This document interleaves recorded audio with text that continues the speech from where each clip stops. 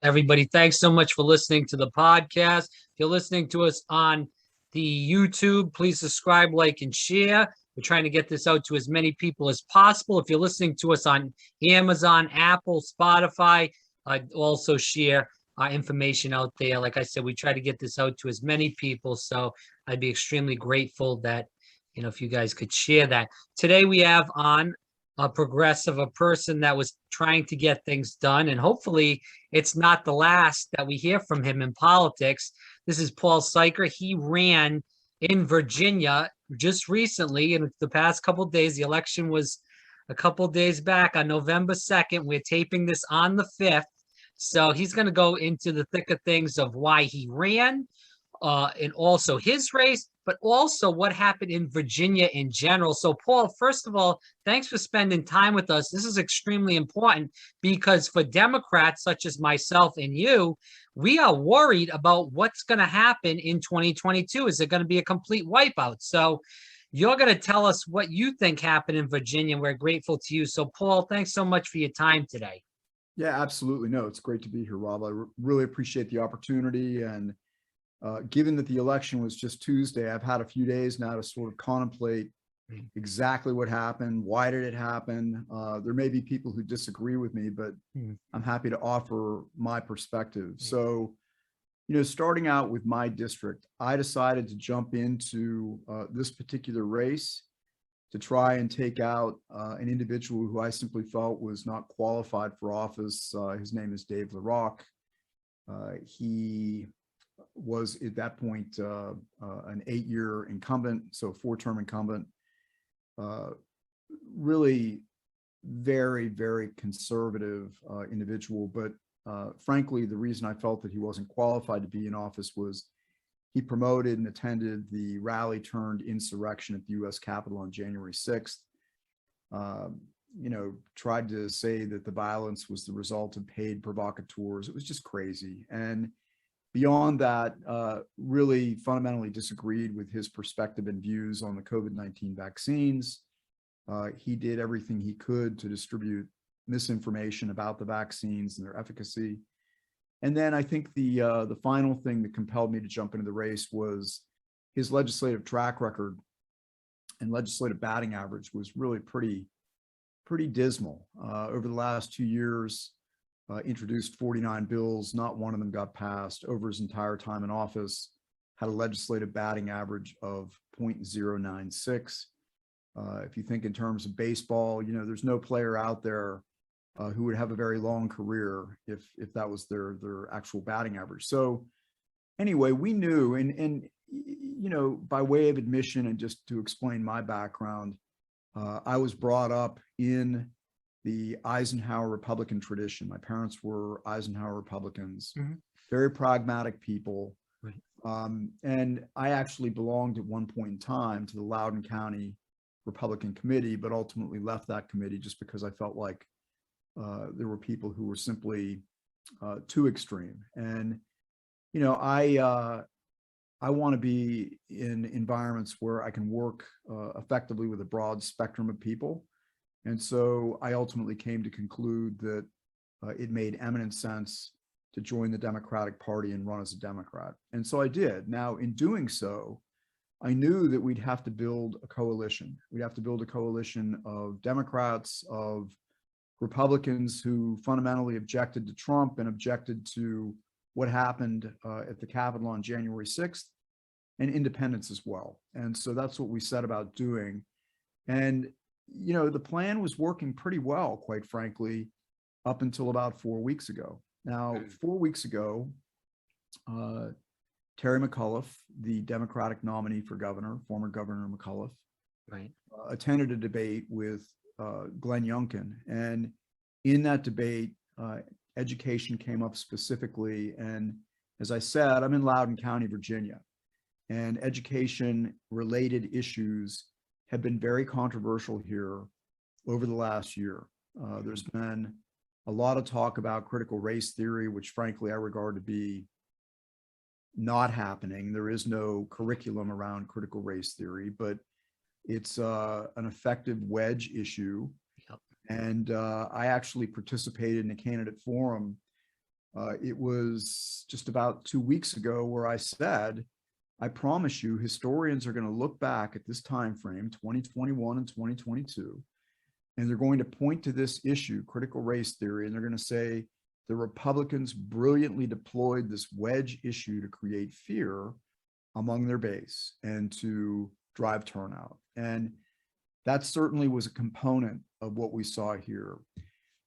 Sadly, there was also a couple of sexual assault issues in our schools that got highlighted, and certainly everyone regarded those circumstances to be tragic, but again utilized to say the schools weren't being run well.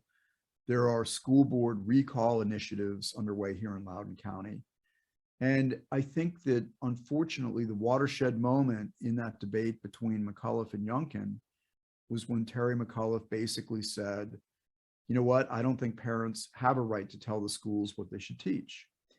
And about 2 weeks ago, I started noticing lots and lots of parents for Youngkin signs popping up all over the place, and knew immediately this could not be good, for lack of a better way to put it.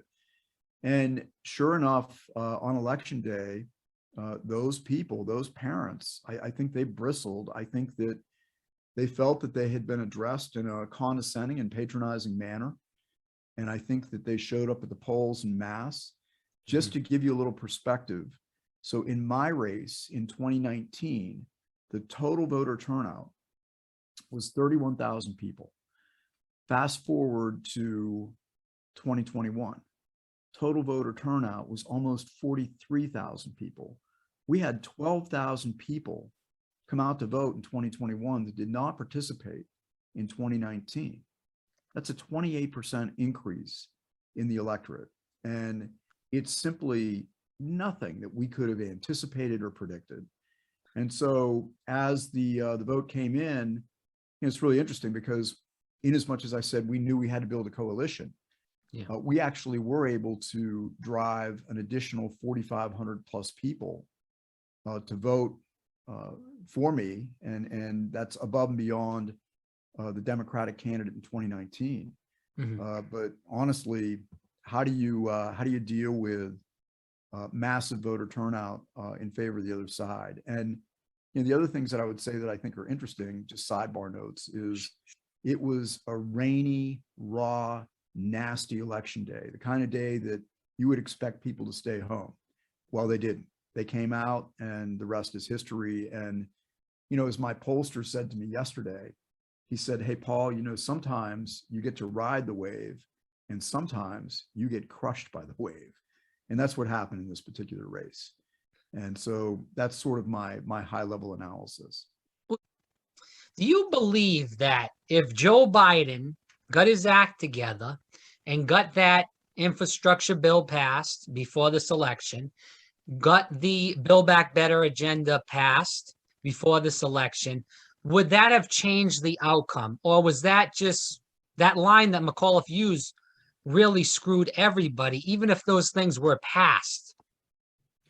Yeah, no, I think, and I don't want to be disrespectful of Terry McAuliffe. I think that he was a good governor here in Virginia. And I think that, he would tell you that his comment was taken out of context. And I don't doubt that that's the case. But unfortunately, the reality is the Democrats were never able to regain control of the narrative around education. When you think about which party sort of stands for education and values education, I mean, it's the Democratic Party, right? And I think that once they could no longer, get that narrative back, it did a lot of damage, not only at the top of the ticket, but in races like mine, where people, they didn't care. They were out to vote against Terry McAuliffe and any other Democrat on the, on the ticket, regardless of that person's views and perspectives. And, so I would submit that those voters, at the point where they got to my particular race, I was being punished for something that I personally had nothing to do with and that my campaign had nothing to do with. But to get to your other question, I also think, and I talked to a good friend, and I've got friends across the political spectrum. So diehard Republicans, diehard Democrats, you name it. And one of my friends last night, who is in that diehard Republican category, he commented that he thought that it was as much a referendum on Terry McAuliffe as it was on Joe Biden, and that people were frustrated with the lack of an infrastructure plan, that they were frustrated with some other policy decisions that the Biden administration has made. And I suspect that there may well be some truth in that.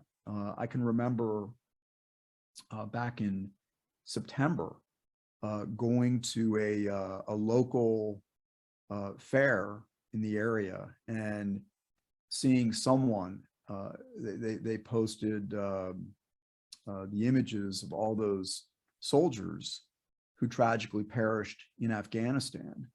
And they had a sign above this group of photos that basically said, if you voted for Biden, you have blood on your hands. Well, I can look at that and say, that's just nuts. That's crazy. But I think that as you look at these different instances of voter discontent, they add up cumulatively. And so I suspect that had the Biden administration got off to a quicker start with Build Back Better, the infrastructure plan, and I think that at the national level, if the Democrats in the House and the Senate were able to present more of a united front, as opposed to some of this infighting and bickering that's been going on, it would have created a better overall impression. And so, yeah, these are, real issues that definitely factored in to the race as well. I mean, there's no doubt Virginians knew that they were in the public spotlight, that this was a big deal. And that probably had something also to do with why we saw such significant enhanced turnout, if you will. My question to you is now, Paul, is what is your take on 2022? And we've seen these red counties that went even higher for Youngkin than they did for Trump in 2020 in a presidential year. Are you worried about this in 2022 in Virginia? Well, yeah, I am. And for me, and maybe this will make sense given my own, my own political composition. So I promoted myself, and it's interesting to note that while Loudoun County is blue, the western part of the county, which is where I'm situated, it's much more conservative, much more Republican. And so I knew that when I ran in my race, it was going to be important to make myself relatable to those people. And so I used the term pragmatic centrist as a means of describing my own political philosophy. And basically what I tell people is I really am in the center. And on some things I might lean a little more right. On some things I might lean a little more left. I tend to be a little bit more fiscally conservative. I tend to be a little bit more socially moderate. And I think for people, as they got to know me and meet me, even if they were, avowed Republicans or more conservative independents, whatever you want to call them, it's clear that I was able to connect with a broad cross-section of people. And I think that's why we were able to drive the numbers that we drove in my particular race. Right. I do think there is a problem, though, where there are people in our country, people in some of these areas that have turned red, that really feel like they've been left behind, and they are pessimistic about their future.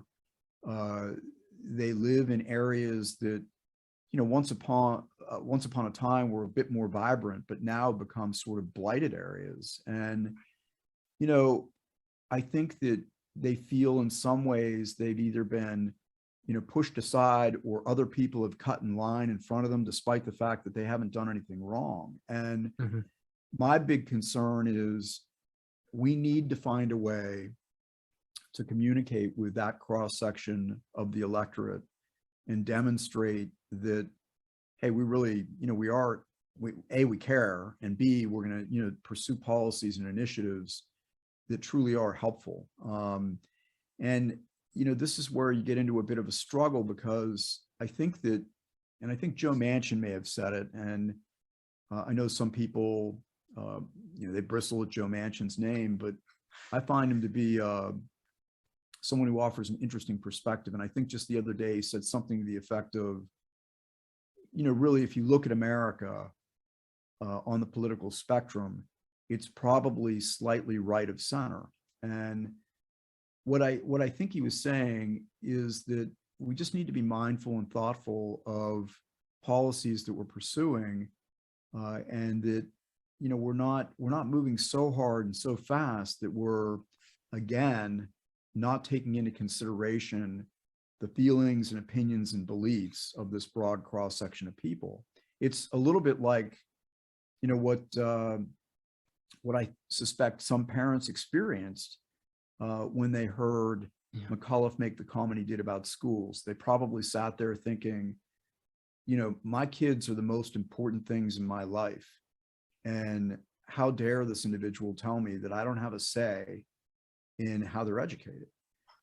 There would have been a million different ways for him to say something that I think would have better illustrated what he wanted to say, without treading on those people's feelings and beliefs. And so that's the one thing that I think is that there just needs to be an awful lot of listening and a real effort to get out there and understand the real everyday issues and concerns that people have, so that we can speak to them.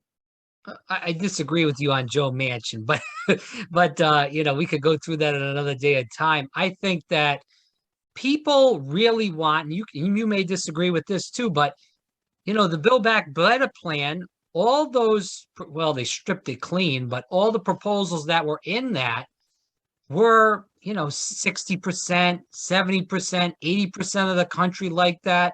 This is Democrats, Republicans, and independents. We have people like Joe Manchin and Kristen Sinema worrying about how you're going to pay for it, how you're going to do this. People don't really care about that. People care about results. It goes to even back to Virginia. Results. Terry McAuliffe wanted results from the Democratic Party. Infrastructure bill, Build Back Better. The people in Virginia, I'm sure, and I'm not there. I'm, like I said, I'm a Florida guy, but I'm sure the people in Virginia wanted results. Terry McAuliffe could bring and said, hey, we passed Build Back Better. This is what it's going to do for you and your family. We passed this infrastructure bill. It's going to create jobs. And the Democratic Party has a messaging problem. They're all on different messages. What's funny, and I want to see what you think about this, is if Trump was in there, and we both are not Trump guys, but let's be realistic. If Trump was in there and he wanted Build Back Better or the infrastructure bill, and he really wanted to pass, he would kick the crap out of any Republican that stood up against him, and he'd go and campaign against them. I mean, we've already saw Republicans drop out of their races in Ohio, in Illinois. Katzinger just dropped out because they know they can't win because their name is toxic because they voted against Trump in the January 6th. We don't have a Democrat that's strong and will go to places. Like I said, we don't agree on this, but somebody will that go to West Virginia and say, hey, West Virginia is poor as hell. I interviewed somebody that ran for Congress in West Virginia, and Trump specifically came down there because this guy was going to win to campaign against him, and the guy ended up losing. The guy was ahead by 15 points before Trump came down there. He said, the people that live here, these people have no teeth. I mean, we talk about the Build Back Better bill with the dental issue, hearing aids, Medicaid expansion in these places where some of these states don't still have that. I know that was a big fight in Virginia for a long time. There's no messaging. People, that's why I disagree. And, I'm not trying to go after you, but people want these progressive policies. We saw throughout the Democratic primary in 2020 that people, whether they liked Bernie Sanders or not, people agreed with his policies. And I personally believe Bernie Sanders made some mistakes, and that's why he didn't beat Joe Biden. But he was ahead in Virginia for quite a long time until, everybody dropped out. Joe Biden won South Carolina, gets all this free media coverage. Elizabeth Warren's taken states away from Bernie Sanders, and then obviously the coronavirus, and that kind of killed everything. If you don't agree with it, I can take it. I'm a big guy, but I'd love to hear your opinion Well, about this. no. Listen, I'm a big believer that conversations like these are fantastic because they allow us the opportunity to compare different perspectives and ideologies. As I said earlier, I'm a little bit more of a fiscal conservative. So Yeah, I do fall in that camp where I say, you know what, I don't want to I have two sons, right. and I don't want to unnecessarily see our country's debt, which has grown precipitously, and Trump bears a lot of responsibility Right. for growing it at the fastest clip ever. We need to make sure that we're striking a balance between doing things that really benefit our country and our people, Mm. while also being mindful of the idea that we got to be able to pay for it. And But don't you agree that, sorry to interrupt, Paul, yeah, but don't you agree that the Build Back Better plan, the way it was when it was 3.5 trillion, this is creating jobs in things that elderly people need, people with disabilities need. We talked about medical, we talked about dental, hearing, we talk about healthcare workers, home care workers. This doesn't only create jobs. And, when these people have jobs, they're putting money back into the economy as far as that goes, economic growth. And also, it's things that we need. Childcare, they need that everywhere. Family and paid medical leave. We need this. We are the greatest country on earth. We are this country with vast amounts of wealth in it. But all these other countries that are smaller than us, they have all these programs and they seem not to have any problems with it. I just feel like that's a right-wing talking point, saying like Joe Manchin says, we can't afford it. We can't do this. When all these other countries do it, and everybody's going to have problems. Canada has problems with Medicare for all, and these other countries have problems. But our healthcare system stinks, in plain English. People are dying left and right. People are in medical debt, and they commit suicide. So, I'm sorry I'm going on a rant. It's not against you, but it's just a passionate thing for me because as a young person, I'm just seeing this. And I'm just kind of disgusted with everything we can't pay for, but we can pay for to go into Afghanistan. We can pay to go into Iraq for, 20 some odd years. And we can pay to go, give these congressional people raises.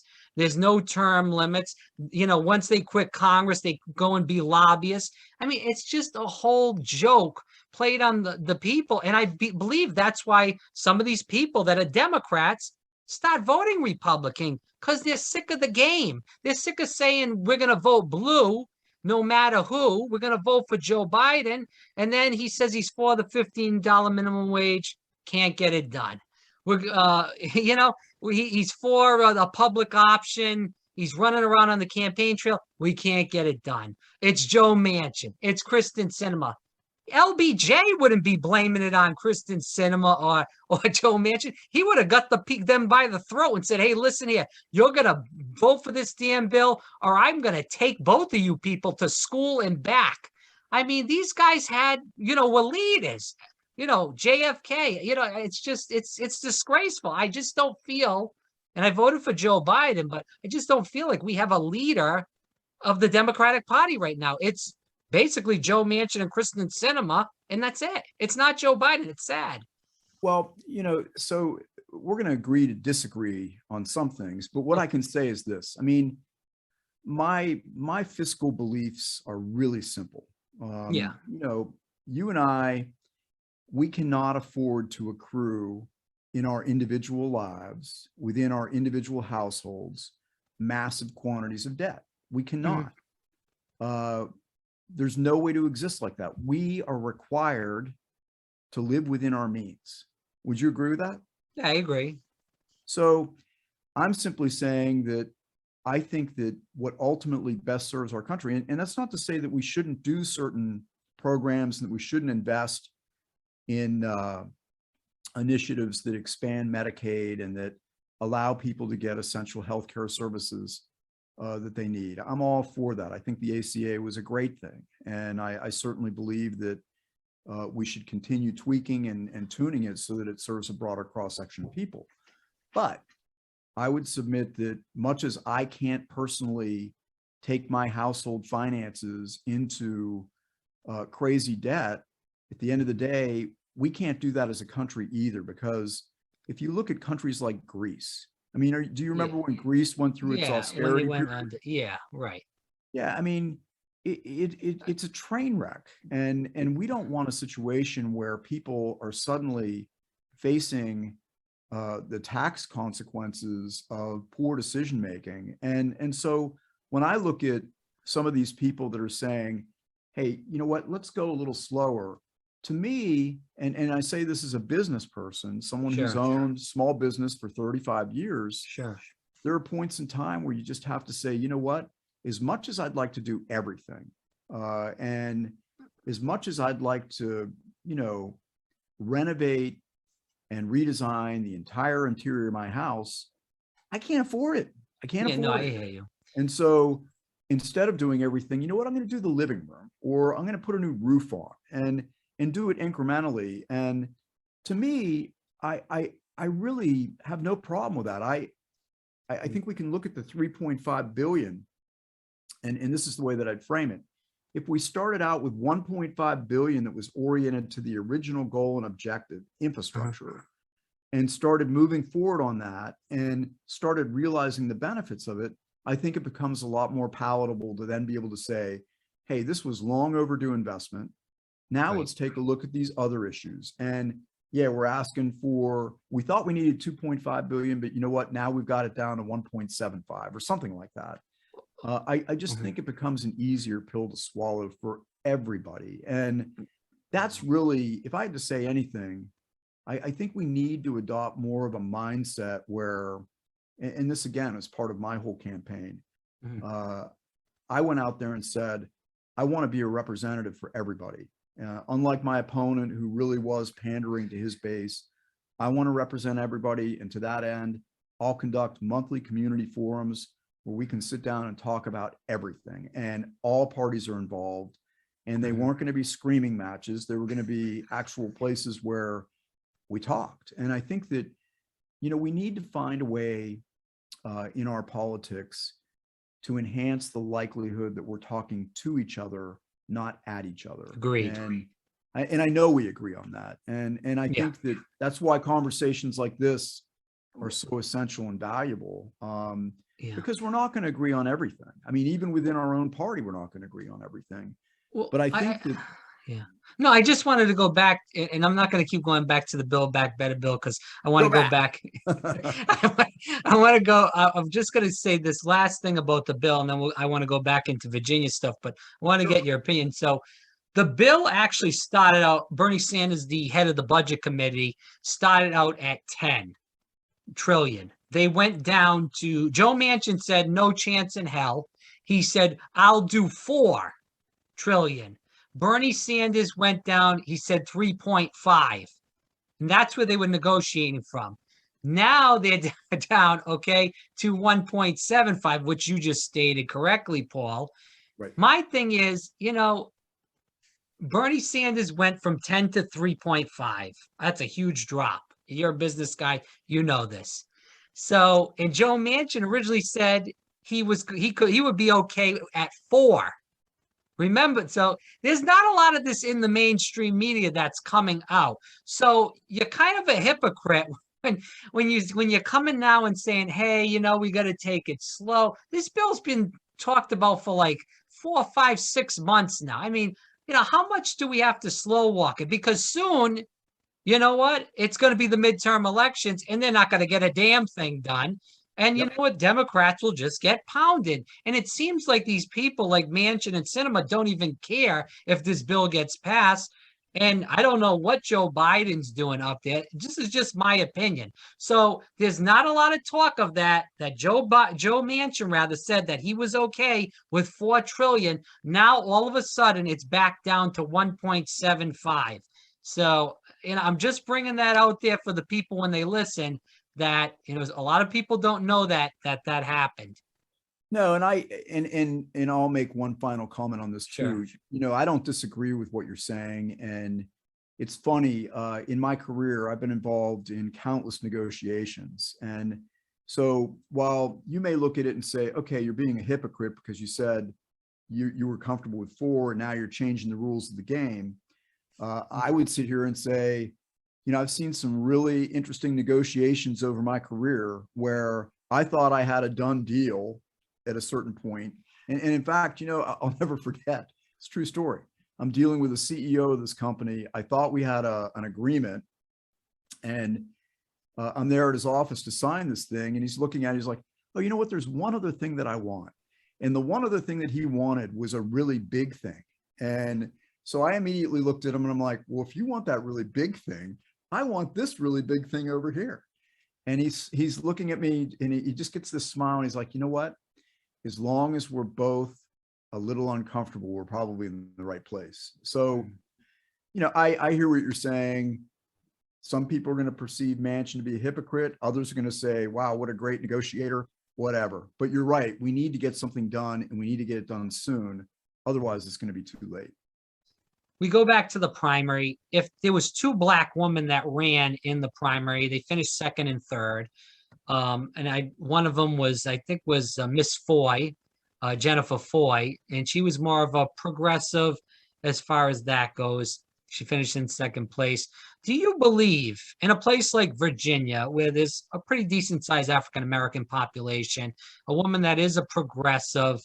We go back to the Stacey Abrams, bringing out a lot of people to vote for Joe Biden in Georgia. Do you feel like if Jennifer Foy really won that primary, that she could have probably won the race? So I think you got to go back and look at the primary. The one thing that did happen was Terry McAuliffe, he swept Virginia. I don't think he lost a single district in that primary. And so I look at it like, that's the way the voters spoke in that particular election. I think that had Carol Foy actually run, it would have been interesting because she would have been a fresh face. She would have been a different voice. There were some people that, even though Terry did sweep Virginia in the primary, weren't particularly enamored at the prospect of him being, in a position to run again. Mm-hmm. And yet I think that a broader cross-section of people looked at his prior service and said, hey, this is a guy who was an effective governor and got a lot of things done. And so I suspect that had Carol actually won the primary, her voice and the manner in which she actually then campaigned for the general election would have been something really interesting to watch. Would it have made a difference? I think potentially, but you can Monday morning quarterback these things to death.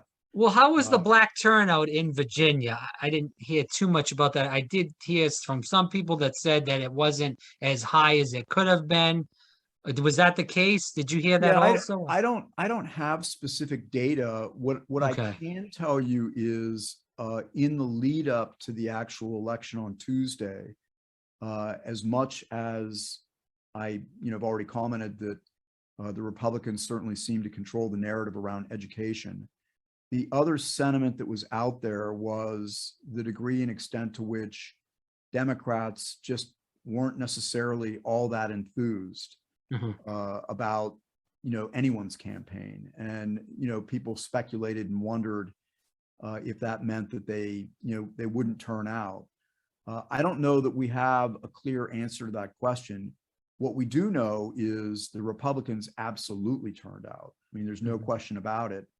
The one final thing that I really do believe, and I really want to comment on is, I sure hope that this discussion around fraud and rigged elections goes away. I really do. I don't think it will, but I hope it does, because clearly you had an election in Virginia on Tuesday. I don't hear anyone saying that there was fraud. I don't hear anyone saying that anything was rigged. And I think that, we should respect the fact that our elections historically have been exceptionally free and exceptionally fair. We'll move on to the last question. as we go to the end of the interview. What's next for you?